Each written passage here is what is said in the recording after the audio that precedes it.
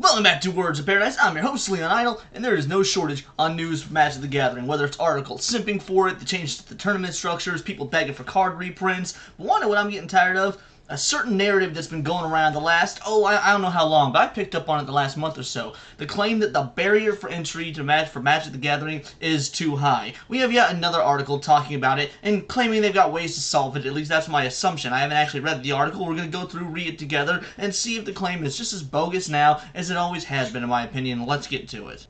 Magic the Gathering's barrier to entry is killing its potential player base. Already from the title, that just doesn't sound right to me. If that was the case, the game wouldn't have been around for as long as it had, and Wizards wouldn't be making all the money it is. I mean, when Hasbro found out that most of their stock was coming from Wizards of the Coast, which, is pretty much just D&D and Magic the Gathering, let's be honest. And then, they were saying that D&D is under-monetized. Well, that means most of their monetization is coming from Magic. So I don't know how it's, killing its potential player base. Magic the Gathering's head designer, Mark Rosewater, recently admitted that the game has been struggling to garner new players for 30 years. Really, it's been struggling to gain new players for 30 years. Then how has it existed for the last 30 years? It's not the same, 10 people buying the products over and over. That's not how you keep a billion-dollar company in business. This is already a load of hogwash, and if Mark Rosewater really did say this, well, he's a bigger idiot than I all thought, and I'll be honest, I already thought he was a massive, massive moron. Let's go through here. 30 years after its release, Magic the Gathering continues to be one of the most well-known trading card games. However, there's a problem the game continues to struggle with, and that's a high barrier to entry. Recently, Magic's head designer, Mark Rosewater, talked on his blog about how creating an effective introductory product for the game has been a 30-year struggle. No, you don't need an introductory product. First of all, you've done several, and I think most of them, the ones that I've tried, have worked very well. I've taught people to play Magic, but also, you don't necessarily need an introductory product. You need people who know how to play the game well, who are just happy and willing to teach others to play the game. I remember I knew how to play Magic for years. I had never heard of Commander. Someone who was very good at Commander, very good at Magic in general, sat me down, showed me Commander, and within 2 games, I had it. It was barely different than regular Magic. It required, slightly different versions of deck building and 2 or 3 extra new rules. Other than that, the exact same. So there's YouTube video after YouTube video explaining how to play Magic the Gathering. Those are great introductory pieces. I have seen 7-year-olds playing Magic the Gathering. That's literally something that parents have bonded with their children over, or older siblings with their younger siblings, whatever, teaching them to play. I remember when I was in elementary school riding on the bus, there were 6th graders that would play it on the bus, like, play on the seats, and the bus would stop and make their cards slide all about. It was truly a time to be alive. Now, granted, this is a couple decades ago at this point, but that doesn't matter. The point is, Magic the Gathering has never had an issue getting people into it, introducing people to it. Is it a complex game? Absolutely. But it doesn't have a high barrier of entry. You learn the basics, and you learn more as you go when it comes to the nuances, rules, interactions. That's going to be the case with any difficult game. Magic's a complex game. That's kind of the fun. That's the point of it. If you don't want a complex game, go play Pokemon. While there have been plenty of different products meant to help players get into the game, Rosewater said that Magic is still reliant on seasoned players and internet guys to help players learn to play it. And that's not bad. That fosters community. That's actually a good thing, man. That's how your product should be, because now it relies on person-to-person interaction, which only furthers and fosters a community, growing a web, because, oh man, this person taught you to play. Now maybe you're going to start going to the local game shop with them. Now you're going to go to the local game shop, you meet this person ends up being your new friend. Like, that's how the game, especially, it's an in-person game. You can't just sit there and learn to play by reading the rules alone, because you need a second player anyway.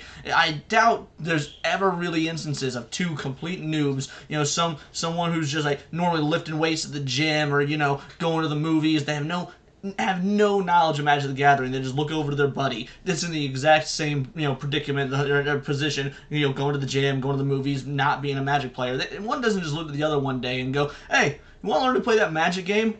Yeah, let's do it. And then they just run off to their local game store. That's not, you usually get introduced to Magic by somebody who's already a fan of Magic, and that's a good thing. Once again, it fosters community. So I don't understand how this is a problem.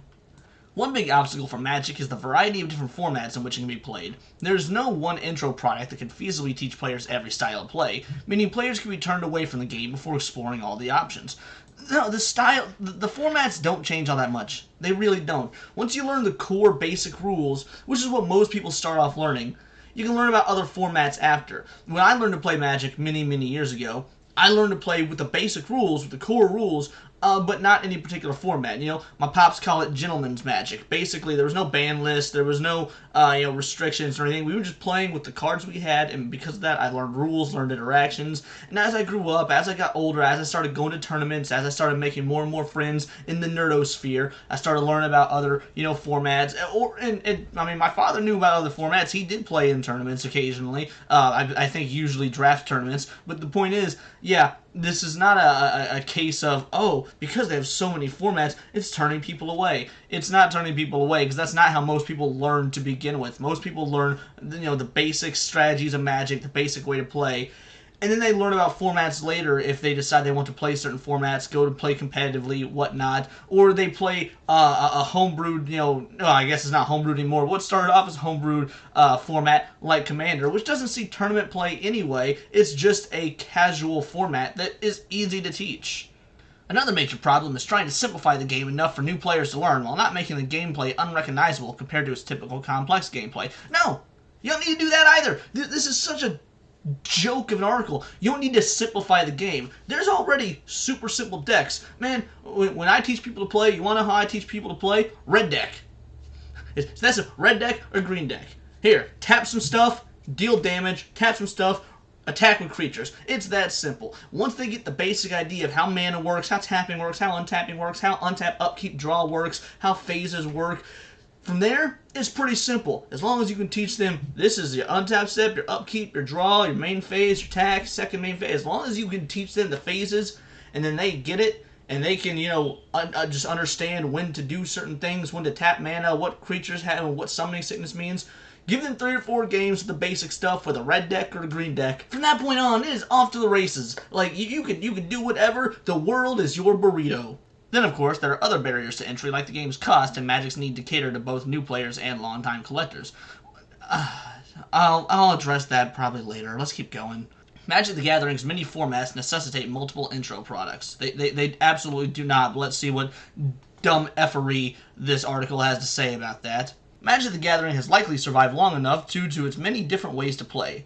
Different formats like Draft, Commander, Standard, and Modern give players plenty of options to find their favorite playstyle. However, having so many formats also means the Magic designers need to decide which formats to help introduce new players to and what kind of products are the best way to do it. There have been a variety of introductory products for Standard over the years, like intro decks and Planeswalker decks. There are plenty of pre-constructed Commander decks that come out each year, and Magic's recently released simplified Commander decks specifically meant for new players. Then there are Challenger decks, meant to help players get into organized play for a variety of formats. And you know what? These have been fine. There have been no issue with these. I mean, again, I find the more communal process of teaching someone to play, maybe with decks you already have. But if they've found, nice of a variety of more simplified decks, go for it. That's enough. You don't need anything else. Like, they're over here saying that, oh, Magic can't find a good way to be introductory to new players.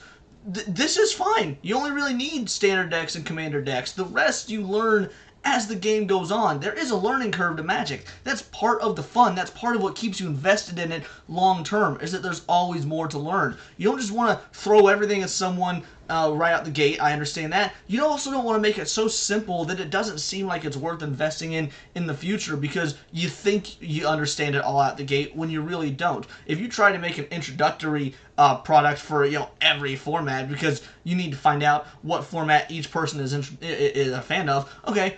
If it takes you 3 or 4 introductory decks for someone to decide they finally found a format they like, or 3 or 4 introductory decks to find out that they still don't like the game at all, that was just a waste of time, money, and energy. Just the traditional route has worked. Otherwise, the game wouldn't have been selling for the last 30 years if the traditional route didn't work. This isn't something that needs changed. With so many different products, it's hard for Magic's design team to focus on perfecting any single one of them. Consequently, each intro product has its own issues with which to contend. Intro and Planeswalker decks have usually been too underpowered to allow players to compete at local events. Well, good. They're literally meant to teach you the game. That's kind of the point. While players using these decks could have a good time at home with friends, they would have to assemble brand new, more expensive decks if they want to branch out. Once again, that's kind of the point. That's not even the point of Magic. That is the point of any TCG game. I don't see you over here making articles about Yu-Gi-Oh! Having this problem or about Pokemon having this problem. When Disney's Lorcana comes out, I doubt you're going to throw a fit about it having this problem. You're just going to suck the teeth of Disney. Why are you only throwing Magic under the bus? Usually I'm A-okay with throwing Magic under the bus because I hate WotC and I think Magic has become a bit of a joke. But if you're not doing it for the right reasons, then there's no point. While Challenger decks are a bit more competitive, the meta can often shift away from their deck archetypes as soon as they get printed. While Commander decks are often the strongest options for playing directly out of the box, they can also be a bit harder for new players to figure out. Yeah, then don't start with Commander. Teach them 60 card first and move on from there. It's that simple. MTG has to consider its economy when creating products. Magic cards are just ink and cardboard, so Wizards of the Coast could easily print affordable intro decks with powerful enough cards to be competitive. However, doing so would be detrimental to the game's economy. Exactly, so they couldn't easily do it, unless you're talking about easily, like it's physically, yeah, sure, it's physically easy, but no, they couldn't easily do it. Whatever. Trying to find a rare and expensive card is the one thing that gets players buying booster packs and boxes, which is essential to helping Magic stay profitable. Many Magic customers don't even play the game, but instead treat products as investments or collectibles. Making powerful cards more readily available to new players could improve introductory products, but it would also tank the value of these cards as collectibles. It would be a big gamble for Wizards to alienate longtime customers to try and make these cards more accessible to new players, considering they're not having an issue getting new players to begin with. I don't know where they're coming up with this, but it wouldn't be a profitable business if they were having this issue. Do you know how many times I've gone to the LGS over the years and seen people who are new? Do you know how many times I've been the new person? Only recently, within the last year, was I the new person at the LGS playing the Pioneer format. And you know what? I felt like a noob, but it was fine. The community was cool. They helped me. They're like, yeah, this is new to you. We're gonna see what we can do to make this easy without actually making it easy. We're gonna be tough but fair, and I appreciated that. I learned a lot. I won several games on my subsequent visits. Didn't win any that first night, not because I'm bad at Magic, but because I was new to that format and new to that particular LGS's tournament style. And guess what? I learned from it, and it was no big deal. That is how the game grows. Now, I may not have been a new player to the game, I was just a new player to that format, but new players to the game also hit up their LGSs, and the same story happens to them. Ideally, the perfect Magic intro product would be able to properly teach the game to new players, which they already have and do, okay. Allow them to hold their own at local events. Nope, not at all. You should not be allowed to play in local events with pre-constructed decks. You should be building your own. I don't know if that's technically a rule. I actually have to look into that. But you shouldn't be going to local events with pre-con decks. And if you are, you should lose. There's no excuse for a pre-con deck being able to hold its own at local events. That's absolutely inexcusable. That's the point of buying the pre-con, is to learn, get the idea, and then do the harder work yourself. And be affordable. Yeah, well, good luck telling WotC to be affordable. Have you seen them lately? Here I can agree with you, in a sense. I think that Magic has gotten price-wise absolutely out of hand. But probably not for the same reasons you do. There's absolute product fatigue. They are printing too much product. The product they're printing is crap. They're moving releases too close together. They're focusing on Secret Lair. They're ignoring their LGS buddies because they can do direct shipping or Amazon orders, and they want to get people to buy products with all these crazy crossover events. Ooh, crossover with Transformers, crossover with Junji Ito. Like, yeah, the novelty's kind of worn off at this point. This is where Magic's having all of its issues when being affordable, not with what you're referring to. The closest thing the game has right now is probably the 5 Commander decks that release once a year. That's not true at all. They had, I actually bought this, a very cool thing called, I think it was called the Game Night box, which was 5 decks for $50, 60 cards, all one color each. So you had a black deck, a white deck, green deck, blue deck, red deck. They all had cards that were already available, except for each deck had one exclusive card to that box, and it was basically an introductory way to teach you to play the game with these monocolored decks. And so yeah, you're wrong there. You didn't do your research, or you don't care. They can usually hold their own relatively well against other players and can be upgraded for a reasonable price. While Magic designers continue to try and create the perfect product for new players, these are likely the best starting place for anyone interested in the game.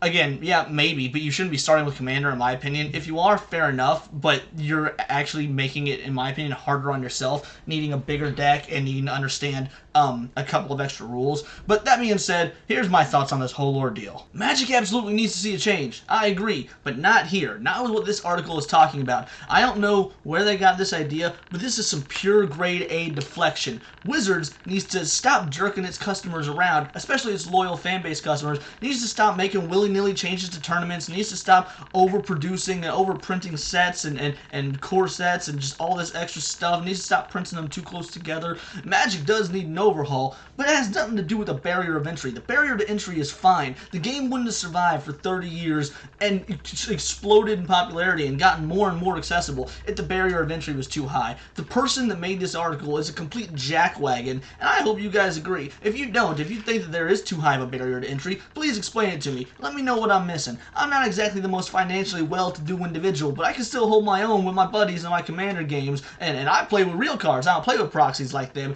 because I just know how to play the game properly. It's that simple. So let me know what you think, please, in the comments below, or you can let me know on Twitter, where you can follow me at BoltTheWord, and check out the back catalog. I do nerdy news every day, so I cover Magic the Gathering, Star Wars, anime, video games, you name it, it's here in the Nerdosphere. But until next time, please subscribe, because this has been Words of Paradise.